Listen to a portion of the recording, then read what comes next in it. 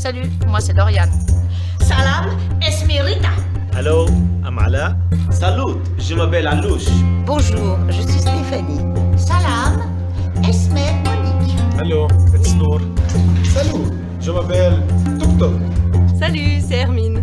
مرحبا، اسمي لولو. Hello, Mohamed. Salut, je m'appelle Momo. Salut, moi c'est Rico. Marhaba, ismi Rico. Salut, moi on m'appelle Achille. Le 20 octobre, nous avons quitté Paris avec notre petite équipe de Clowns sans frontières. Nous étions 5 clowns, direction la Palestine, le territoire occupé.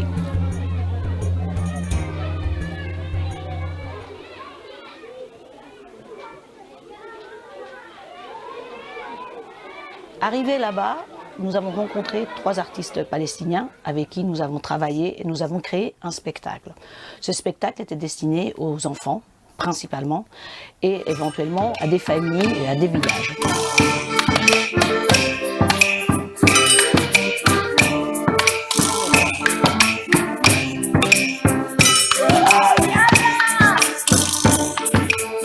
Nous avons joué dans des écoles qui nous avaient été recommandées par l'UNRWA, qui était notre principal partenaire, ainsi que Médecins du Monde. Nous avons joué à Birzeit, nous avons joué à Jénine, Ramallah, Hébron, Bethléem. C'était une expérience très forte parce que la Palestine, on en parle beaucoup, mais on n'en sait pas grand-chose finalement. Et quand on est sur place, eh bien, ça prend toute sa valeur. C'est pas rien de jouer là-bas, surtout la dernière ville, Hébron, où on sent quand même une tension très forte. Mais nous, on a réussi, le temps du spectacle, à faire oublier aux enfants leur situation.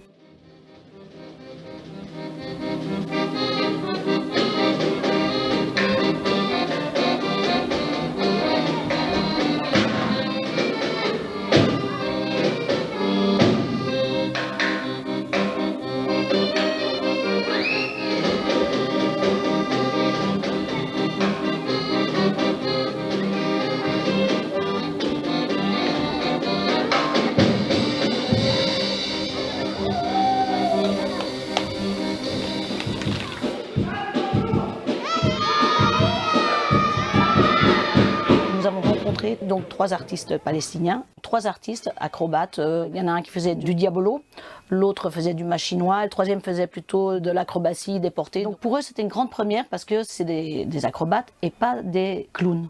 Donc on a fait un espèce de petit stage accéléré pour leur donner un peu les bases du clown.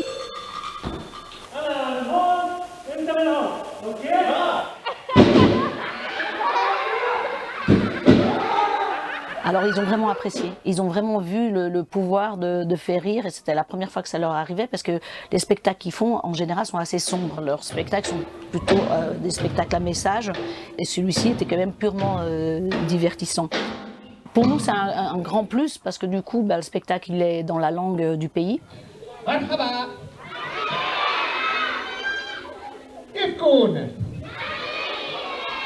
C'est un garant pour nous de ne pas faire d'erreurs aussi au niveau des choses qui pourraient être mal vues ou mal interprétées. Voilà, ils nous ont dit là c'est un peu trop, le garçon, la fille, ça le fait pas, c'est un peu trop, ça peut être mal vu. Et après je pense que nous on leur a apporté aussi un peu d'insouciance, donc ça a été vraiment une osmose totale.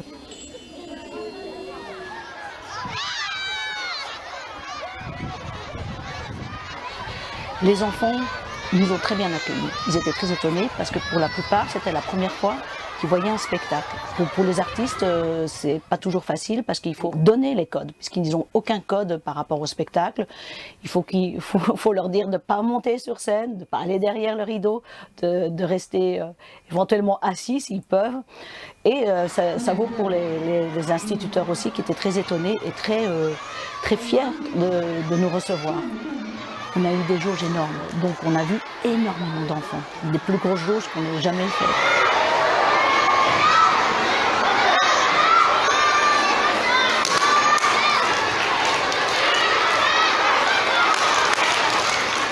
L'impact sur les enfants a été énorme parce que c'est des enfants qui rencontrent beaucoup d'étrangers mais qui viennent toujours leur apporter une aide ou alimentaire ou des soins, mais jamais de l'imaginaire, de la joie, quelque chose qui est normalement n'est pas censé être de première importance. Et du coup, ils étaient très reconnaissants. J'aime pas trop ce mot, mais c'est vrai que les profs et les enfants, ils étaient très reconnaissants de ne pas être oubliés.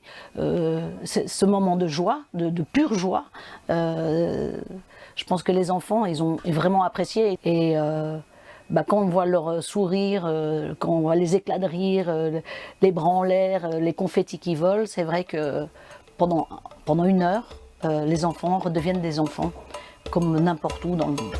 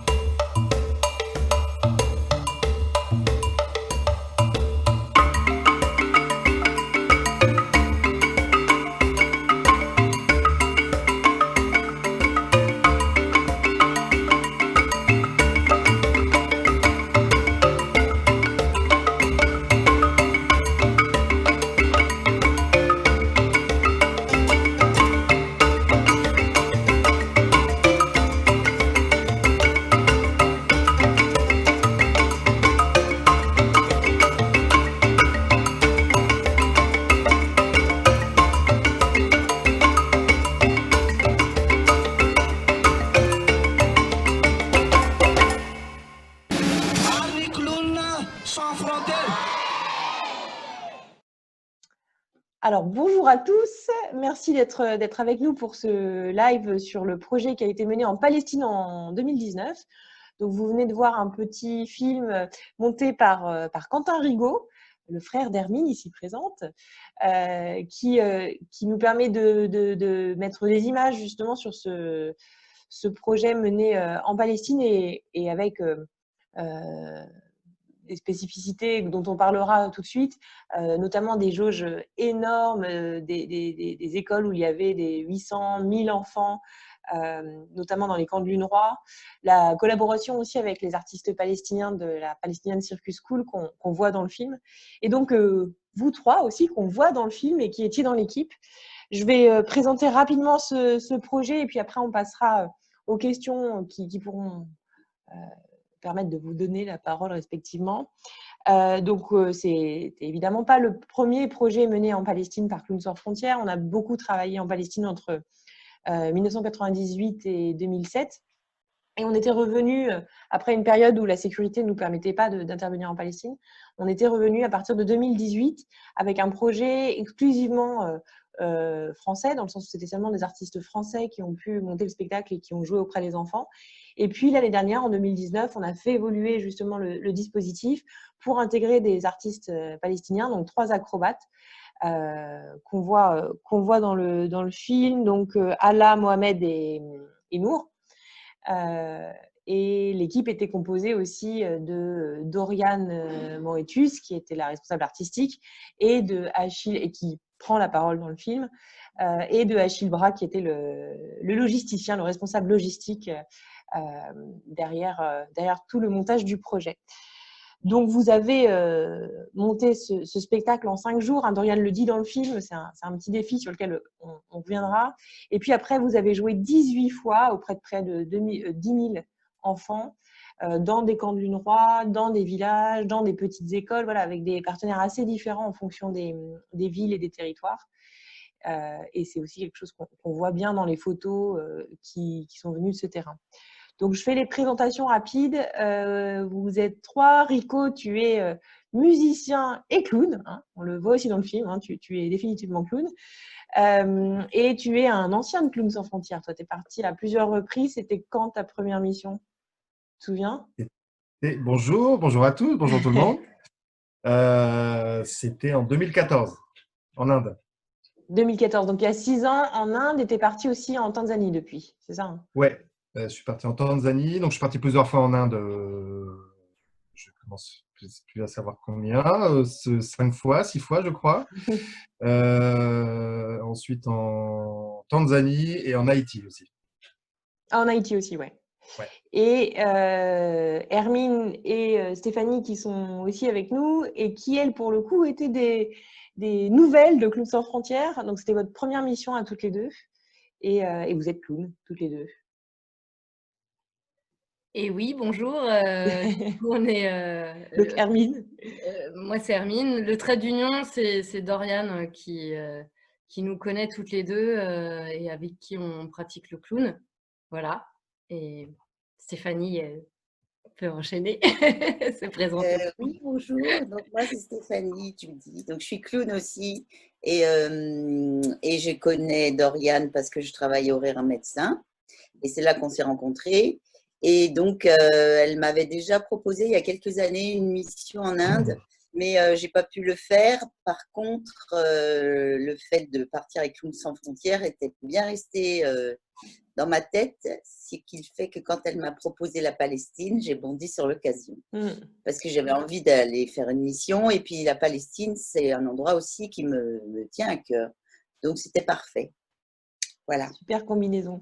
Oui, parce que pour rappel, c'est donc, je le disais, Dorian qui était la responsable artistique, et c'est la responsable artistique qui monte l'équipe et qui choisit donc les artistes avec lesquels elle part. D'où voilà, le lien entre vous trois d'ailleurs, parce que Rico, toi aussi, c'est souvent avec Dorian que tu es parti. Tout à fait. Du coup, vous avez vu le film également. Qu'est-ce que, en voyant les images, en se rappelant la musique de Rico, est-ce que voilà, quel est le souvenir qui vous vient à l'idée et qu'est-ce qui vous marque particulièrement dans ces images? Tout. On garde tout. Ouais. C'est compliqué de. Bon, je me lance. Non, c'est compliqué de définir certains moments, mais déjà dès l'arrivée, personnellement, et puis peut-être certainement au sein de l'équipe, l'idée qu'on se fait d'aller en Palestine, de voir comment est le pays, et d'arriver jusqu'à Birzeit, cette petite ville où il y a un chapiteau où on va travailler à la Palestinian Circus School. C'était assez délire. Tu arrives et tu sais que tu vas travailler là, donc c'est pas toujours dans ces conditions-là qu'on travaille. Et puis là, le partenariat était super du coup. Je sais pas, après tous les enfants, toutes les jauges, je sais pas vous derrière quoi, les copines, quelle image reste Ouais, moi, j'aurais toujours le souvenir de la première. Je me lance. Je ne sais pas si je te coupe la parole, Hermine, je suis désolée. Pardon, parce que ma connexion est mauvaise. Et donc, ça bug, j'entends pas tout. Je ne sais pas si quelqu'un parle ou pas. Vas-y. Ce qui reste pour moi, c'est l'expérience globale, parce que comme c'était une découverte et du fonctionnement et de tous les artistes, parce que certes, je connaissais Dorian, mais à part ça, je connaissais personne. Hermine, on s'était croisés, mais voilà, on ne se connaissait pas. Et c'est toute l'expérience qui est étonnante, parce qu'on part un peu dans une aventure nouvelle, c'est une aventure humaine, c'est une aventure artistique, parce que artistiquement, c'est aussi un gros challenge.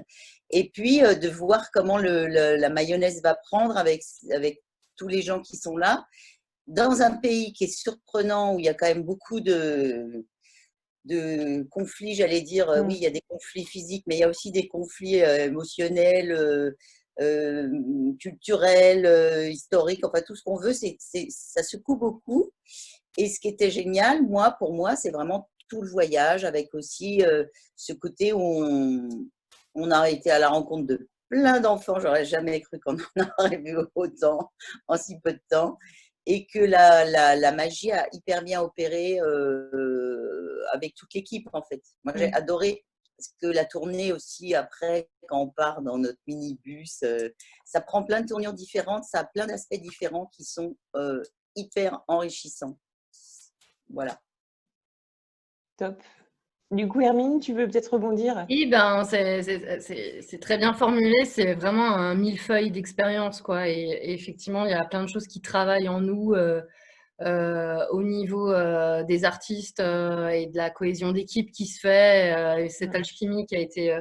Enfin, voilà, ça a créé un lien entre nous, je pense, très fort et de façon assez immédiate. Donc là, pour le coup, Dorian, elle a bien reniflé les copains, parce on a vraiment eu une petite vie de famille.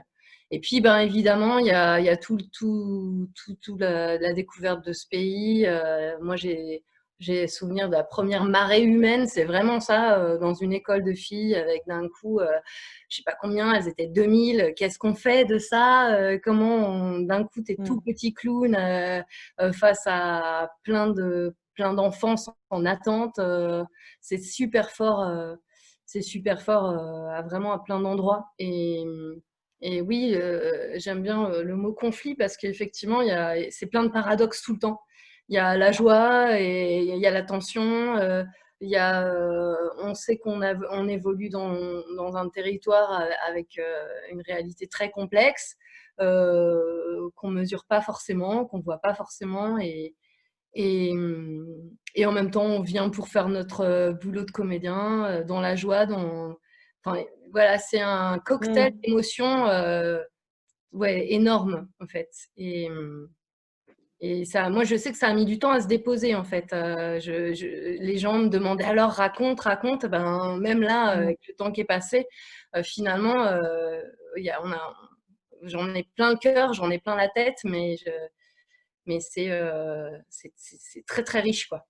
C'est dur de poser des mots, en fait, sur toutes ces émotions. Et c'est vrai que ça a l'air intense, en fait.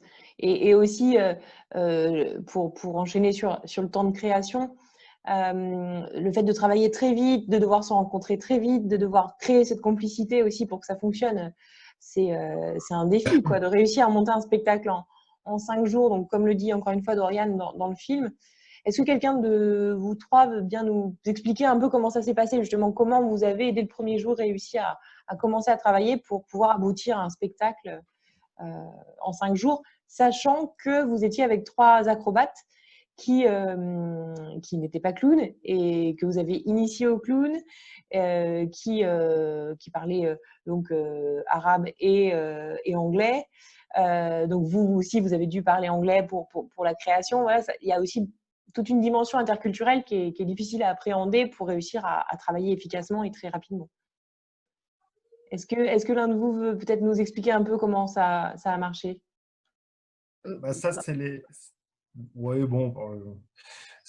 Alors, la grande spécificité déjà de Dorian, qui est incroyablement douée, rapide, voilà, elle sait faire sur la rapidité pour monter des spectacles. J'aime bien raconter ça, c'est qu'on a même 6 jours, c'était large, on va dire, avec Dorian. On a même fait 2 jours et demi en Tanzanie une fois, je crois, 3 jours. Bon, bref, c'était particulier, mais c'est… déjà, la rencontre, effectivement, ça passe par des jeux de confiance, on se rencontre, etc. Et puis finalement, on rentre à… Enfin, voilà, déjà, comment aborder les uns les autres humainement et puis dans le jeu. Comme c'est dit dans le film aussi, nos amis circassiens palestiniens sont plutôt circassiens et c'est une première pour eux la pratique du clown. Donc la découverte de tout ça avec Dorian et nos joyeuses acolytes spécialistes du clown, Stéphanie et Hermine. Voilà, donc après, ça a été une succession de un petit peu, voilà, quels sont les savoir-faire de chacun, qu'est-ce qu'on a envie de mettre dedans, tiens, on pourrait faire tel numéro, telle chose. Voilà, on est avec plein de costumes, plein d'accessoires à utiliser. Moi, j'ai installé mon orchestre, où j'ai un petit set de batterie, mais aussi tout un set où tout le monde passe à l'orchestre et tantôt bruiteur, musicien. Voilà, on avait Hermine qui jouait de l'accordéon. Donc, sur cette mission, cool, j'étais pas tout seul. Et on a pu faire des morceaux, donc c'était super. Voilà, bon, ça, c'était un petit peu les débuts. Et puis voilà, tout le monde à fond, une énergie dingue dans cette envie vraiment de bien faire dans cette rencontre. Et voilà, aussi bien l'équipe française que l'équipe palestinienne qui est devenue une équipe à part entière, assez rapidement. Oui, vas-y Stéphanie. Ce que je voulais dire aussi par rapport à la rapidité, c'est qu'effectivement, où ça joue et c'est vachement important, c'est que d'abord, tout le monde était d'une grande motivation pour le faire, y compris les Palestiniens qui n'ont jamais rechigné. Tout ce qu'on leur a proposé comme chemin pour aller vers le clown, ils ont toujours dit oui, ils y allaient. Quand il fallait refaire et refaire parce que le timing c'est important, ils refaisaient. Donc c'était agréable parce qu'on avançait tout le temps. Et aussi, bon, évidemment, Dorian, elle a une expérience qui est importante pour arriver à monter des spectacles simples, mais efficaces et quand même de qualité, parce que c'est pas parce que c'est court qu'il faut faire des petites choses. Donc, en fait, on prenait quand même le temps de choisir des choses qui allaient avoir une valeur artistique cohérente aussi dans le récit, dans l'histoire. Et l'écriture, elle s'est faite à plusieurs aussi parce que comme Rico et Dorian se connaissent très bien, ça va vite aussi entre vous. C'est-à-dire que quand elle veut quelque chose, lui sait très vite en fait ce qu'elle veut. Donc on gagne du temps. Nous, après, derrière, avec Hermine, on s'est mis dans le mouvement. Et très vite aussi, Dorian, elle fait confiance aux gens, c'est-à-dire qu'elle délègue. Donc après, on se répartissait un peu les temps de travail. Moi, j'ai beaucoup fait travailler les garçons sur l'entrée, sur tous les timings Kounès et tout. Voilà, pendant que Hermine et Dorian, elles travaillaient un autre numéro. Et puis Rico, il travaillait aussi des choses. Et puis lui, il s'incrustait un peu dans chaque chose. Donc, chacun était à la fois très ensemble et autonome, assez vite en fait. Et ça fait qu'on pouvait avancer vite. Quand même, ce qui est important, c'est qu'il n'y avait pas… Pardon. Non, ça multiplie les temps de travail, quoi. Ça permet d'aller encore plus vite. Comme tu dis.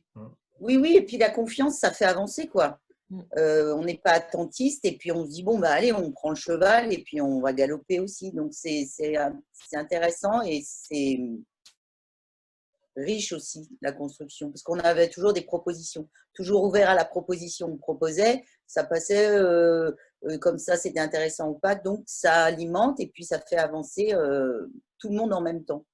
Et en même temps, des choix assez rapides, parce que Dorian faisait, du coup, on n'avait pas le temps de chercher, mais cette dynamique, elle était vraiment, vraiment stimulante. Puis moi, j'ai le souvenir de moments aussi joyeux après les répètes, on finissait de coudre les costumes. Enfin, voilà, en fait, ça n'arrêtait pas. Moi, je me voyais, il fallait que j'apprenne une chorégraphie. Je me sens pas très dégourdie avec ça. Je le refaisais parce que voilà, on a 5 jours, il faut être au taquet. Mais ça, c'est du bonheur en fait.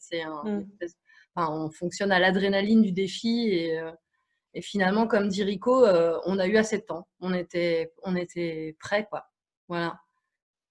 Et Rico, pour revenir sur la musique, du coup, on entend dans le film des rythmes de cumbia. Alors la cumbia, c'est pas tellement palestinien, mais du coup, toi, tu joues comme ça avec à la fois ce que tu as toi, c'est-à-dire tes rythmes, tes habitudes, les compétences des uns et des autres, notamment la Hermine sur l'accordéon. Et tu rajoutes des sons, c'est ça? Vous êtes beaucoup sur les bruitages dans ces spectacles. Aussi, oui. Bon, on est ouvert à plein de musique et puis après, tout le mélange culturel est super. Donc, dans le spectacle, on va aussi bien mettre un truc cumbia autre chose plus afro. Et puis, en essayant aussi de s'approcher un peu d'un morceau, un peu de la culture du pays, quoi. Ça, c'est… Quand je pars en Inde, j'aime bien essayer de mettre les morceaux aussi. Quand je pars en Palestine, voilà. Donc, on a fait un morceau de percussion aussi à 4, du coup, avec les Palestiniens et moi, donc c'est super. Donc, je scie entre un petit set de percussion de batterie, oui, où je joue dessus, et parfois des percussions, comme je viens de dire. Où, on utilise une tablette, du coup, j'ai des sons, toute une banque de sons. C'est quelque chose qui s'y prête bien dans les spectacles de clown. On est aussi bien sur du bruitage ponctuel, des jbing, des jdong, il y a des mini bagarres ou des choses comme ça, qu'une bande son aussi pour changer de la musique live, où on peut prendre une bande son. Et puis chacun passe à l'orchestre du coup, donc chacun est sur scène, mais bon, parfois on passe en coulisses, mais parfois on vient à l'orchestre et puis chacun est super concentré parce que bon, c'est pas facile sur la tablette, à avoir son doigt et pas trembler, à appuyer sur le bon bouton et pas envoyer le mauvais bruitage. Donc voilà, c'est ce qui est super. Enfin, moi, ce que j'adore dans ces répétitions-là aussi globalement, c'est un peu tout ce qu'on prépare, tout ce qui nous fait rire en répétition, l'équipe entière. Et puis après, de voir que ce qu'on a concocté en 5 jours, les gamins se marrent. Et, je trouve ça super d'être à l'autre bout du monde et puis de rencontrer des gens. Et voilà. préparer tout ça et, pour que ça fonctionne, quoi, pour que les enfants rient. Et, voilà. C'est ce que dit Dorian dans le film, c'est-à-dire qu'elle disait que pour les Palestiniens, ça avait été un défi parce qu'ils n'avaient pas l'habitude d'être sur le registre comique et que faire rire, c'était une découverte parce qu'ils avaient plutôt l'habitude de spectacles plus sombres, des spectacles à message sur la situation notamment. Et du coup, là, pour nous décrire un peu le spectacle, c'était du gag, c'était du divertissement, c'était vraiment sur le plaisir, c'est ça, hein? C'était très cartoon en fait. Tout le travail de Rico était vraiment aussi très rythmique. Le rythme dont parlait Stéphanie, c'est-à-dire que le ressort du clown, il fonctionne sur une rythmique assez rigoureuse et les effets et tout l'habillage, ou même c'est plus qu'un habillage, c'est un texte sonore, donnait cette petite touche un peu cartoon qui permettait et de jouer pour des très grosses jauges et de dépasser, on va dire, un cliché culturel, enfin, qui est accessible à tout le monde, en fait. Voilà, c'est du burlesque qui fonctionne quelle que soit la nationalité. Ah oui, c'est ça. Et du coup, pour revenir sur les Palestiniens, comment ça s'est passé leur découverte du clown? Ils sont engouffrés dedans, ils ont adoré l'expérience, non? Alors, Stéphanie, toi qui étais beaucoup avec eux, ouais. ouais, en fait, ce qui est rigolo, c'est qu'effectivement, le clown, il y a des gens, ils sont tombés dedans tout petits, d'autres pas, d'autres, c'est plus difficile. Et là, en fait, on avait un petit peu les 3 cas de figure, en vrai. Il y a Mohamed, lui, ça a été une révélation pour lui, et puis il a un don naturel pour ça, il s'est beaucoup amusé, il a adoré, je pense qu'il s'en resservira, il nous l'a dit après que ça a été une grande découverte pour lui. Après, pour les 2 autres, c'était moins une évidence, mais ils se sont pliés, entre guillemets, aux contingences clownesques, puis au plaisir aussi de jouer pour les enfants, parce que je crois que vraiment, ils ne l'avaient jamais fait dans ces conditions-là, et d'avoir tout à coup un rapport direct avec le public, un impact, et puis d'être présent à fond, y compris pour les débordements, c'est-à-dire avoir une présence immédiate et spontanée sur tout ce qui pouvait arriver, parce qu'il y a des fois, il fallait remettre le micro, il y a des fois, il fallait calmer un peu tout le monde. Et ça, ils ont vécu ça, je crois, avec beaucoup de plaisir, en fait, d'aller comme ça à la rencontre de tant d'enfants. Ça leur a vraiment plu. Et sur le clown, il y a eu, ils ont toujours pris, en fait, les propositions artistiques qu'on faisait, parce que même si on est un clown un peu débutant, l'écriture burlesque, clownesque, c'est une écriture en soi. Et si on la suit, en fait, ça fonctionne parce que c'est un peu un numéro. Après, il faut effectivement être rigoureux dans ce qu'on joue. Eux, ils étaient aussi quand même très performants sur leur art circassien. Et eux, ils avaient quand même en charge toute la dimension exploit et cirque. Donc, voilà, ils habillaient avec des choses clownesques, ils étaient dans un registre un peu clownesque, mais ils portaient vraiment le côté étonnant, exploit du spectacle. Ouais. Nous, on était vraiment tout autour, quoi. Voilà, donc ça fonctionnait bien et je crois qu'ils ont beaucoup aimé cette forme, en fait. Et sur l'aspect interculturel, c'est-à-dire que eux, ils habitent là toute l'année. Ah, pardon, vas-y, Rico. Non, c'est juste pour ponctuer ce que dit Stéphanie, c'est vraiment ça. Mohamed, notamment, moi, m'a dit j'ai l'impression d'avoir une liberté d'expression là. Voilà, même s'il adore aussi sa pratique, et le machinois, et puis l'acrobatie, et puis les spectacles qu'il pratique. Voilà, sur la pratique du clown, il m'a évoqué que ça a explosé un tas de choses et qu'il se sentait complètement libre. Voilà. Et puis il faisait très bien le con et voilà. Ça marchait bien. Ça l'éclatait, quoi. Ouais. Mais du coup, oui, je posais la question sur comment le spectacle aussi s'est nourri des différences culturelles. C'est-à-dire qu'eux connaissent bien la situation, connaissent bien la réaction aussi des publics. Vous arrivez plus frais, plus naïf aussi, peut-être sur justement la façon dont les gens peuvent réagir ou interpréter. Est-ce qu'il y a des choses dans le spectacle qui ont évolué du fait du dialogue avec les Palestiniens? Ou est-ce que finalement, ça s'est fait assez naturellement et que vous étiez assez d'accord sur les messages, sur les symboles, sur… Oui. Il y a des choses qui ont bougé sur certaines représentations, effectivement, très rarement.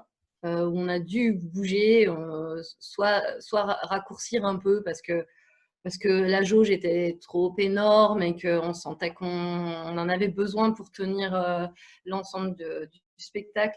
Mais disons que finalement, ils ont eu dans le voyage des peurs sur certains camps où on allait jouer. Ils avaient très peur de certaines zones du territoire où ils avaient peur de regards. Enfin voilà, ils se disaient on sentait une tension chez eux qui était celle qui vivait. Et finalement, nous, on a un peu fait FISA et finalement, c'était plutôt aidant parce que, mis à part une représentation un peu délicate à la fin de notre parcours, finalement, ils ont été cueillis par le fait que tout passait. Que le fait que ce soit un spectacle de clowns permettait que tout passe. Et voilà, on n'a forcément pas les mêmes repères de la bienséance. Le clown en particulier, lui, il s'en fiche un peu de tout ça.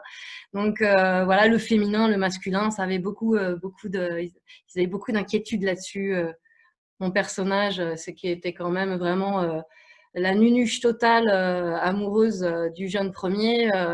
Ça mettait quand même un petit peu le comédien en questionnement. Oh mon Dieu, pourvu que ça passe. Alors qu'en fait, on avait juste un jeu une rencontre comme ça, très, très, très, très jolie, quoi, très fleur bleue, quoi, voilà. Je sais pas si ça répond trop à ta question. Si, complètement. Et Comment vous arbitrez ce que j'ai trouvé super, c'est que si on avait fait la même chose, un spectacle qu'on avait tourné dans ces territoires, mais où on n'avait pas eu ces partenaires-là, je pense que ça aurait été mille fois moins riche parce que de pouvoir voyager avec eux, c'est très différent, quoi. Moi, j'ai passé des heures à questionner Nour sur la situation. Enfin voilà, on n'était pas en tournée, quoi. On était en création collective et là, il y a une vraie immersion qui était vraiment magnifique à vivre. Oui, le fait de vivre avec les Palestiniens sur toute la durée du projet vous a permis, vous, de mieux comprendre le contexte, vous a permis de mieux appréhender les endroits où vous arriviez? Ouais, en tout cas, de nettoyer un peu les vitres des lunettes, quoi, parce que tout comprendre, il faudrait une vie, je crois, pour ce territoire, mais par contre, de le regarder avec un peu des clés, c'est chouette, quoi. C'est vraiment fort.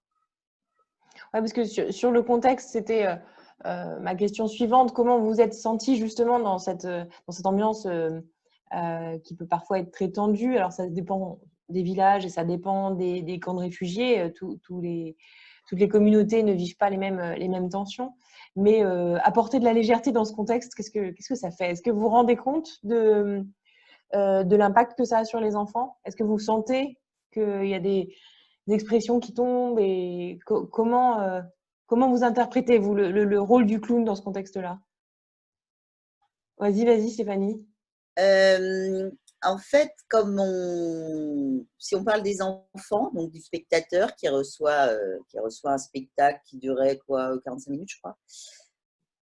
Comme on ne connaît pas très bien en fait comment ils sont, ce qu'on peut voir, c'est une énergie explosive en fait, intense. C'est-à-dire que ils sont extrêmement énergiques. On sent qu'il y a une tension et quelque chose de très puissant qui est tout le temps là.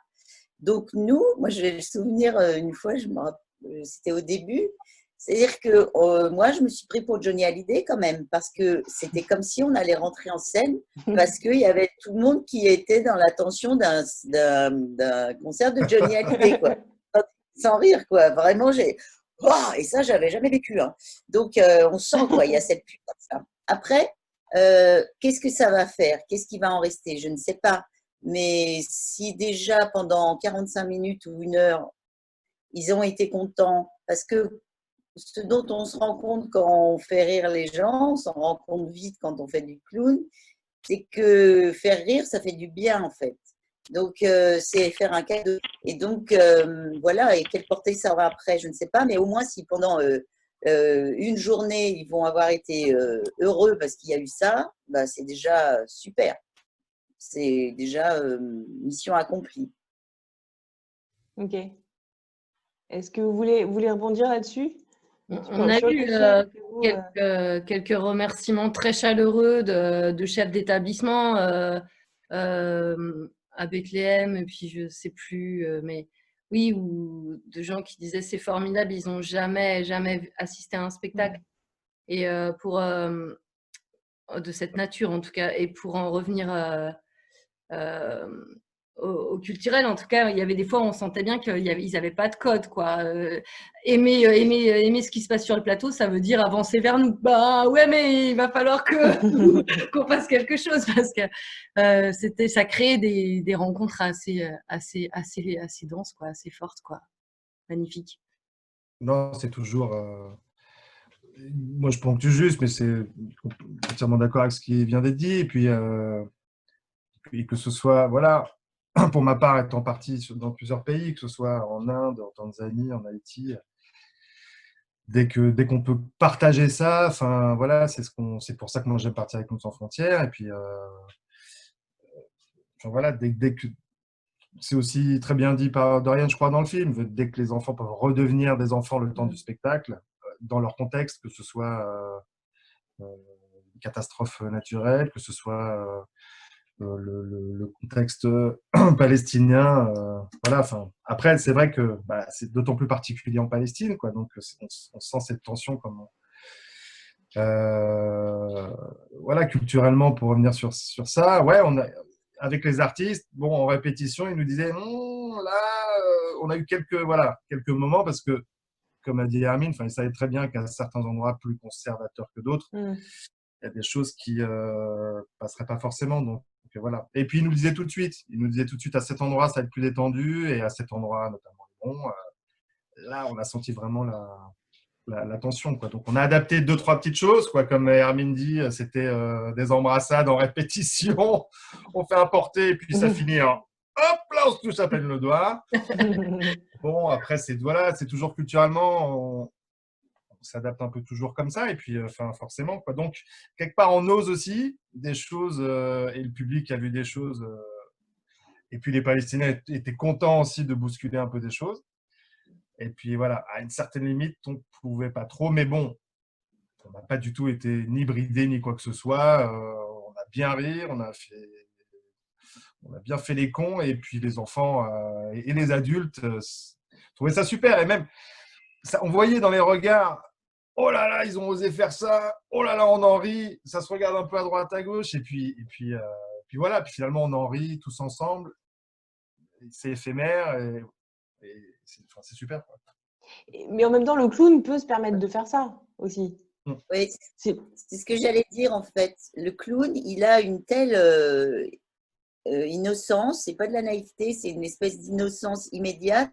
Quand il se prend une porte, il est vraiment, il réfléchit pas, il y a pas il le prend vraiment tout dans une grande sincérité, une grande franchise, et il le vit à l'instant même dans tout ce que ça a d'émotionnel, etc. Il n'y a pas d'analyse, c'est pas intellectuel, c'est pas moqueur.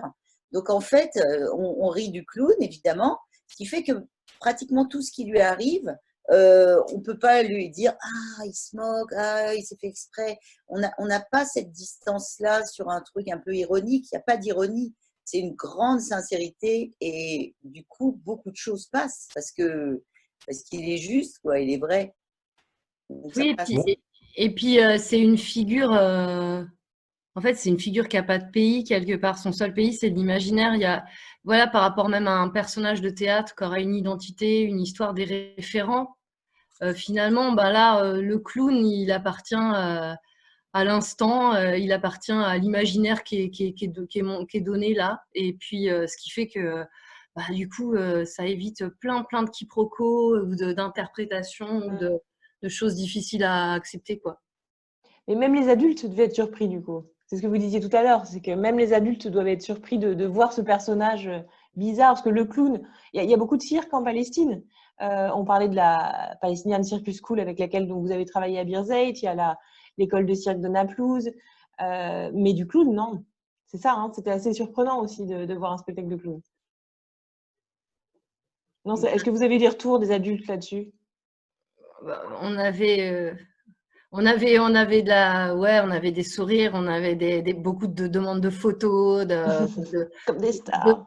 d'envie de se toucher. Ouais, moi, j'ai beaucoup de souvenirs de toutes ces femmes, ces mères et ces petites filles qui avaient vraiment. On sentait qu'il y avait une identification très forte à ce qui s'était passé. Et voilà, c'est vraiment de la chaleur voilà, au-delà des mots, en fait. Si on entendait souvent les mêmes phrases, mais je ne m'en rappelle pas. Là, j'ai oublié mon arabe, je suis désolée. Ouais. Juste pour, pardon, ça passait aussi bien auprès des adultes parce que comme on a travaillé effectivement avec très peu de mots sur une histoire simplissime, mais qui était en fait tout le temps agrémentée soit de choses drôles, de gags, de décalage. Dans le lac des Cygnes en tutu bleu tous, bon bah il y a du décalage et en même temps on pense le mieux qu'on peut.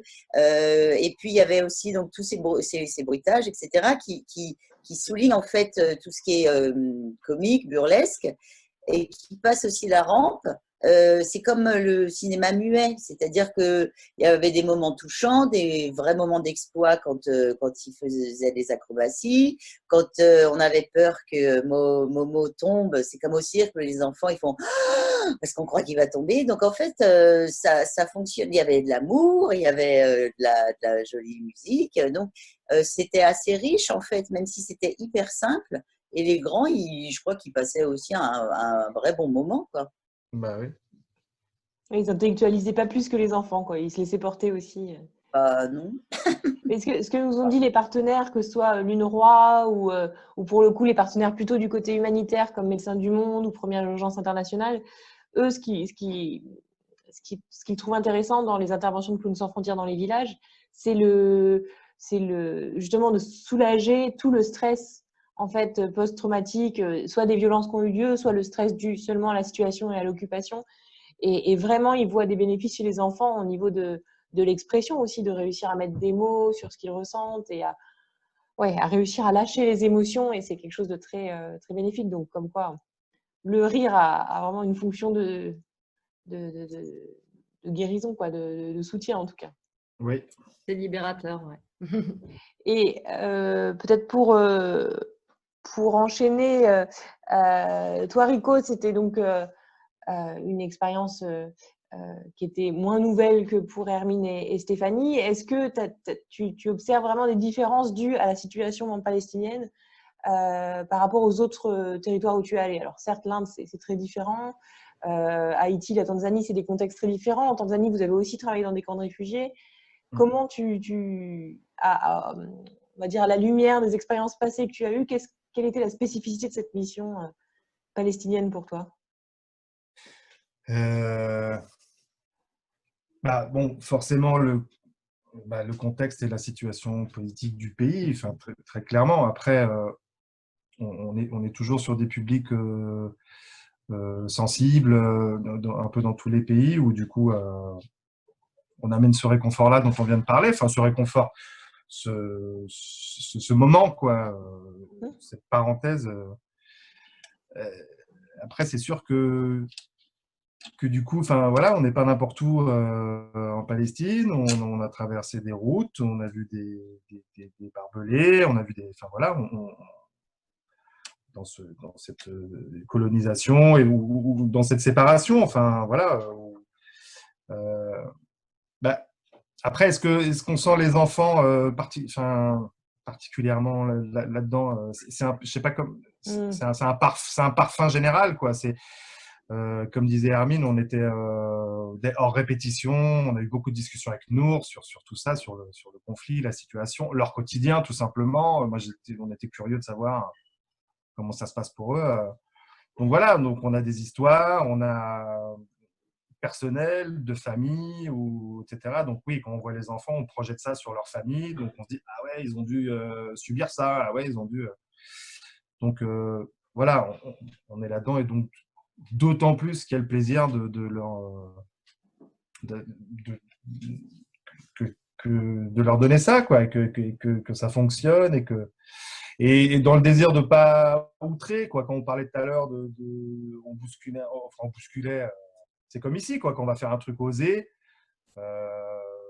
Oui, forcément, bon, on se dit là-bas, est-ce que dans ce contexte-là, dans certains endroits plus conservateurs, encore une fois, est-ce que ça va passer? Voilà, enfin, on sent cette atmosphère-là et bon, voilà, c'est tendu, quoi. Ouais, et vous, les filles, du coup, je vous retourne la question, alors, sans comparer avec d'autres missions Clowns sans frontières, mais juste comment vous avez vécu cette expérience, cette première expérience d'aller jouer, mais pas seulement de jouer, d'aller jouer auprès de populations particulières, auprès de ces enfants qui ont vécu effectivement des situations difficiles parce qu'on va exclusivement jouer dans des camps de réfugiés ou dans des villages et des communautés qui sont particulièrement victimes de l'occupation. Voilà, comment vous avez ressenti cette ambiance et cette expérience? Je ne sais pas laquelle des deux veut commencer. Bah, je veux bien me jeter. Moi, je voudrais juste te dire, avant de répondre à ça, je voudrais juste faire une petite réflexion sur le mot camp. Parce que, en fait, moi, ce qui m'étonnait dans ce voyage beaucoup, c'est que j'avais l'impression que toutes mes idées préconçues se cassaient la figure sans arrêt. Et notamment, comme on a fait une réunion en live en décembre pour parler de ça, c'est un mot où je me suis dit, c'est dommage qu'on n'ait pas expliqué. Enfin, donc on a joué beaucoup dans les écoles de l'UNRWA, dans des camps de réfugiés, mais moi, quand je me disais camp, je voyais justement des barbelés, je voyais des gens en guenilles. J'avais une idée, une représentation de ça, un peu, voilà, la misère évidente. Mais non, en fait, c'est un pays où la pression n'est pas toujours visible. Alors, il y a eu des moments et des moments chocs, notamment à Hébron, la force armée avec Dorian, nous, on s'est promené d'un quartier à l'autre.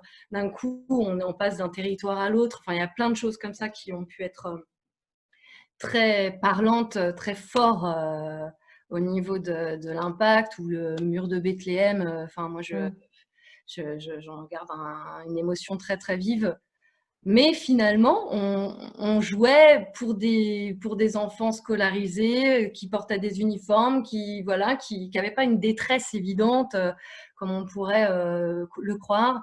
Et dans le mot camp, finalement, c'est plutôt des quartiers, finalement, que l'idée d'un périmètre, camp de concentration, ou toutes les images qu'on peut avoir. C'est vraiment plus des quartiers qui se sont construits avec des populations qui ont migré d'autres villes parce que justement il y avait une occupation grandissante, donc ils se sont déplacés. Et finalement, c'est presque, moi ça m'a fait penser à des quartiers de banlieue parfois. Donc en fait, dans tout le voyage, il y avait sans arrêt des espèces de remises à jour de ce qu'on pouvait s'attendre à voir et qu'on ne voyait pas. Ou alors une souffrance qui n'était pas là, parce qu'il y a aussi une acclimatation, parce que la vie est forte, parce qu'on a été aussi se promener en soirée. Il y a vraiment des contrastes et des paradoxes partout, c'est-à-dire qu'entre Hébron, le dernier territoire, et je vais me dire une bêtise.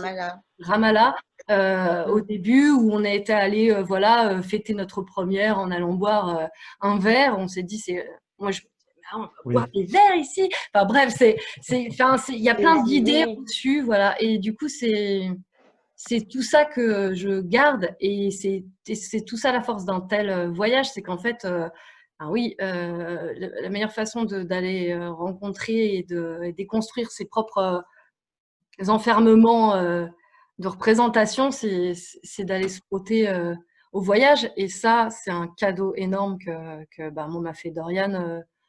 Quand on s'est rencontrés au Rire Médecin aussi, je lui avais dit que j'aimerais beaucoup le faire, et cette main tendue pour un voyage pareil, c'était formidable. Voilà. Ouais, c'est tous ces contrastes-là que je garde. Et voilà. Non, mais très juste. C'est vrai que la précision sur les camps de réfugiés est juste. Les camps de réfugiés en Palestine, c'est des villes, quoi. C'est des villes qui sont plus denses que les autres, qui sont plus récentes que les autres et plus pauvres et gérées par l'UNRWA, mais ça reste des villes construites avec des écoles énormes et effectivement, c'est très perturbant par rapport aux idées reçues qu'on peut avoir depuis la France. Stéphanie, je te passe la parole.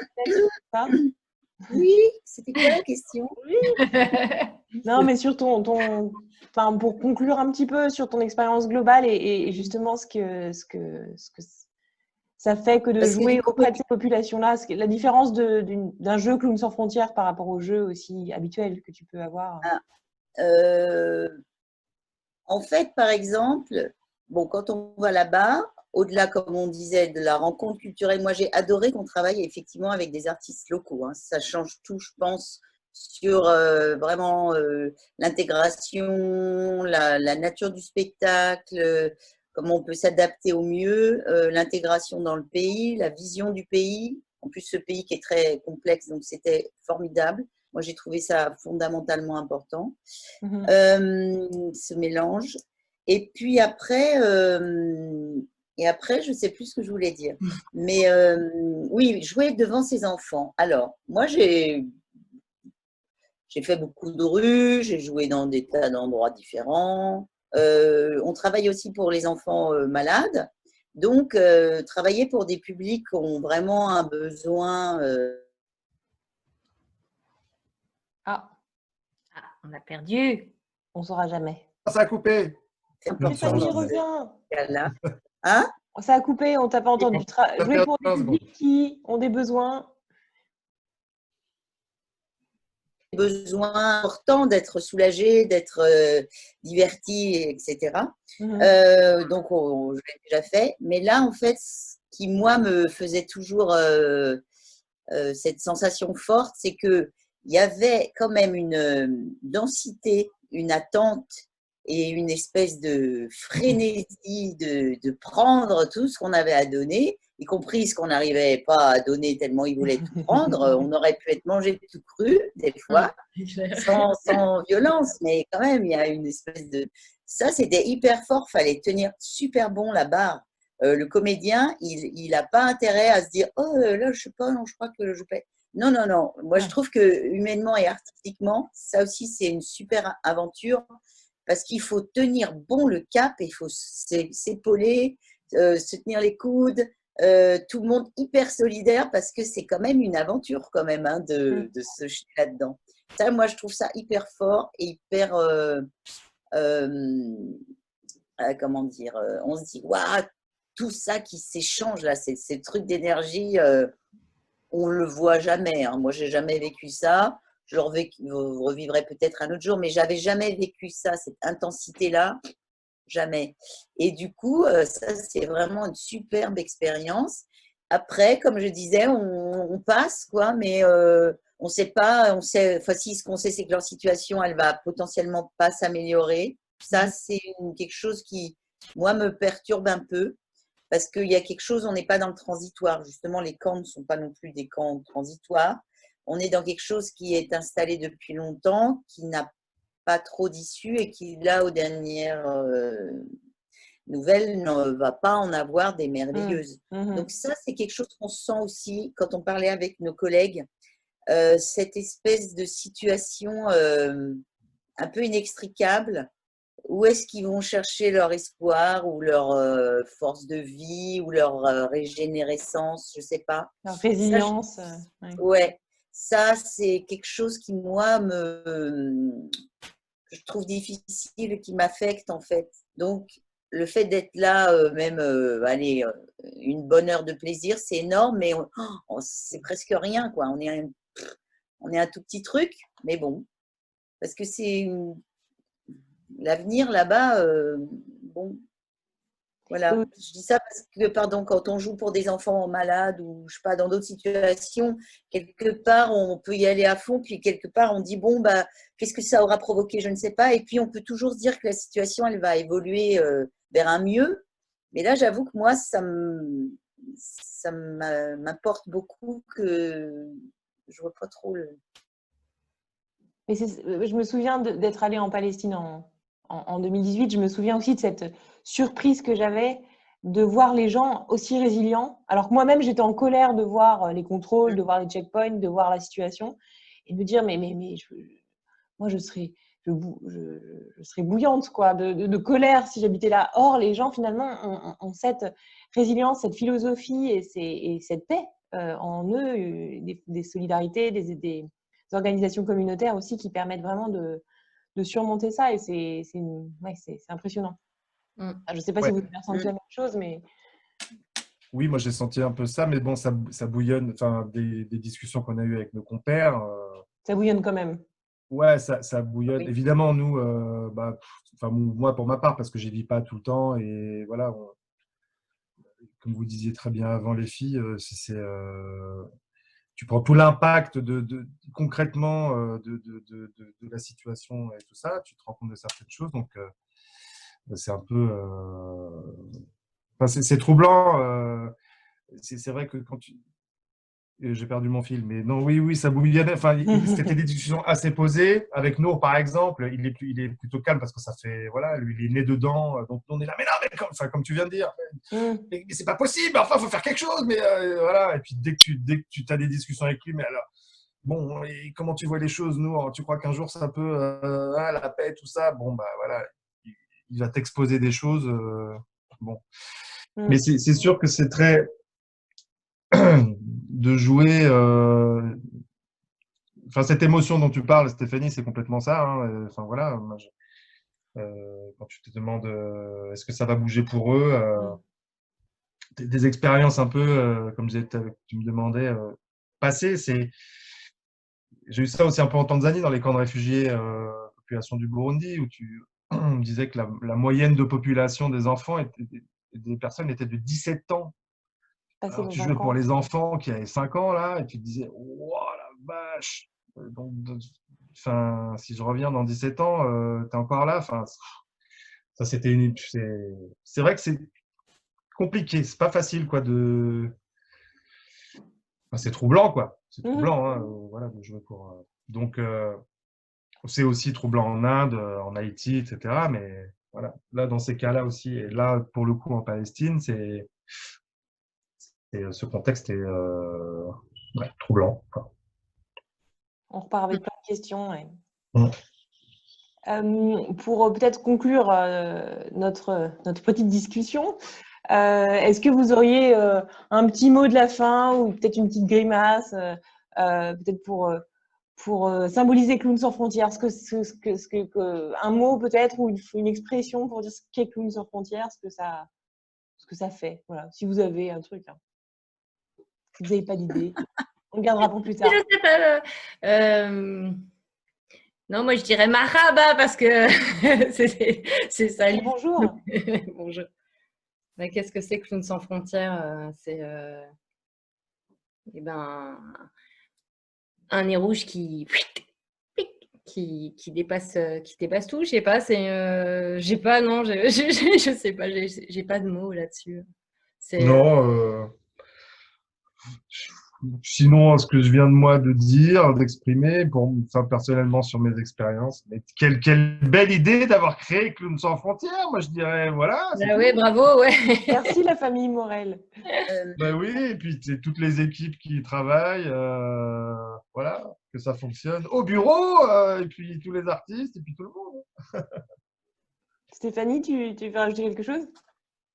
Je dirais que c'est d'aller exactement là où on n'a absolument rien à faire, entre guillemets, hein, où on ne nous attend pas et où il n'y a pas la place de nous y mettre et puis d'y aller quand même et de faire une super expérience. Voilà. Oui, d'aller exactement là. Voilà. Là où on ne nous attend pas. Ah non, et où il n'y a pas de place en plus. Tout est prévu. Enfin, rien n'est prévu pour et rien n'est fait pour, et c'est là qu'on a besoin de nous. C'est bien, c'est pas mal comme définition. C'est de l'indispensable essentiel. Ouais. Non, mais merci beaucoup à vous trois. J'en profite pour remercier aussi. Donc, on les a cités en début d'enregistrement. Dorian, Achille, Nour, Allah et Mohamed. Et votre chauffeur. Mais vous avez changé, non? Ah oui. Oui, je voulais parler du chauffeur parce que notre chauffeur, n'a pas eu lui au début, mais après, on avait quand même une autre chauffeur. Et dans l'équipe, et dans la tournée, dans la troupe, on va dire notre super minibus de troupe, il était hyper important parce qu'il nous a beaucoup aidé quand il était là à gérer aussi les jauges de public parce que c'était des fois un peu débordant. Il était super investi, il nous aidait tout le temps à montage, démontage, il était hyper présent sur les spectacles et c'était important parce que nous aussi, ça nous détendait quelque part de savoir qu'il y avait quelqu'un qui était vigilant. Puis bon, évidemment, il parlait pas palestinien, donc c'était une personne importante. Voilà, ça faisait aussi partie de la type. Avec compère Achille, qu'on n'a pas, on n'a pas cité là sur cette session, mais qui a son expérience voilà, et son aide précieuse. Voilà, autant dans l'organisation, la logistique, que la bidouille, que la gestion des enfants, des gens, des partenaires, voilà. De nous au petit déjeuner. Pour donner les timings, parce que effectivement, pour préciser peut-être pour les gens qui nous regardent, le logisticien, donc Achille dont on parle, est vraiment la personne qui s'occupe de toute la partie logistique du programme, de contacter les partenaires, d'être sûr que les enfants seront installés, que le camion peut rentrer dans l'école, etc. C'est toute la partie de l'ombre qui est très importante pour que le projet se passe bien, que ce soit fluide et que les partenaires aussi comprennent bien ce qu'on vient faire dans leur enceinte, que ce soit une ONG ou une école, et pour que ce soit le mieux possible pour les enfants. Cette communication-là, elle est indispensable. Donc, effectivement, rendons hommage au gros travail d'Achille sur ce projet. Et puis bravo, je crois que non, mais c'est pas, enfin bon, c'est le petit parenthèse de fin, mais c'est pas dans tout. Bravo à Clowns sans frontières France d'organiser des choses comme ça aussi, parce que c'est hyper important pour nous d'avoir ce poste-là, parce qu'on met tous la main à la pâte et tout ça, mais voilà, je crois qu'il y a aussi pas forcément ça dans toutes les équipes, dans tous les pays, pour en avoir parlé avec d'autres artistes, d'autres Clowns sans frontières, et parfois que les artistes aussi doivent gérer tout ça. Bon, ça peut être faisable, mais c'est une énergie complètement… différente. Ouais. Voilà, bravo. Bravo. Et j'en profite aussi pour remercier nos partenaires, l'Institut français de Jérusalem qui vous a accueillis, donc la Palestinian Circus School avec laquelle on a beaucoup travaillé, l'Institut français à Paris, la ville de Paris et la Fondation du Grand Orient de France aussi qui a financé ce projet et qui était importante parce que le nerf de la guerre, pour monter tout ça, c'est aussi l'argent. Donc voilà, n'hésitez pas…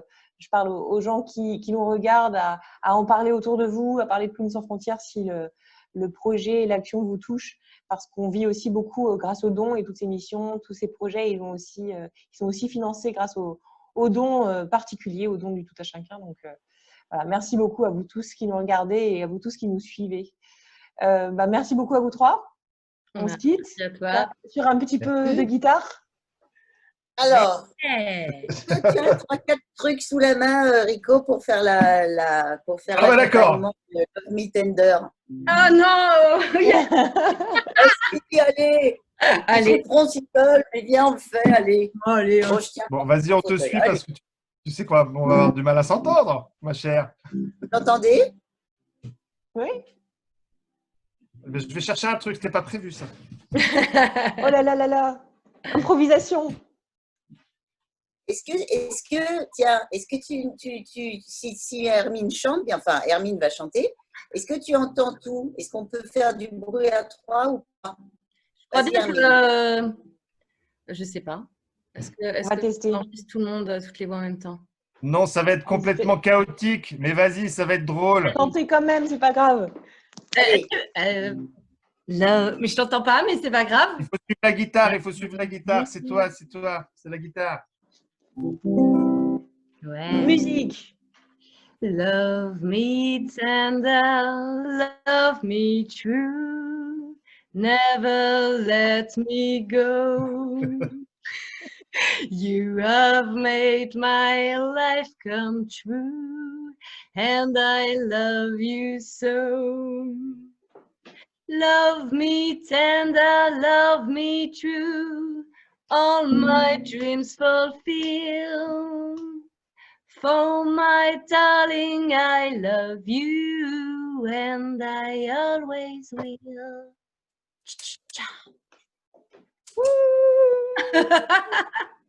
J'ai pas entendu ta guitare, En fait, c'est une blague. Tu voulais pas faire de guitare et Tu voulais pas jouer? Si, j'ai joué, mais en fait, pardon, ça m'est revenu après parce qu'on fait ça justement dans les visiocalls au Rire Médecin. En fait, il n'y a qu'un micro qui marche en même temps. Donc, mon idée, elle était débile. Tant pis. Tant pis. Merci Stéphanie. Ça me rappelle les répètes. Et j'ai travaillé, je la connais hyper bien. Maintenant, je suis prête à repartir. Moi aussi, je reviens quand vous voulez. On vous prend au mot, hein, parce que pour l'instant, effectivement, les missions sont complètement suspendues à cause de la situation sanitaire.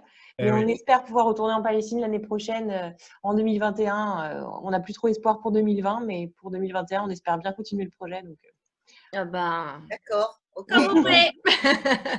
Bon, bah, merci beaucoup à vous tous. On s'arrête là. Et bravo pour ton travail. Merci, merci. Bravo à toute l'équipe. On va se voir de vrai bientôt un jour. Un jour, sans doute. Bien.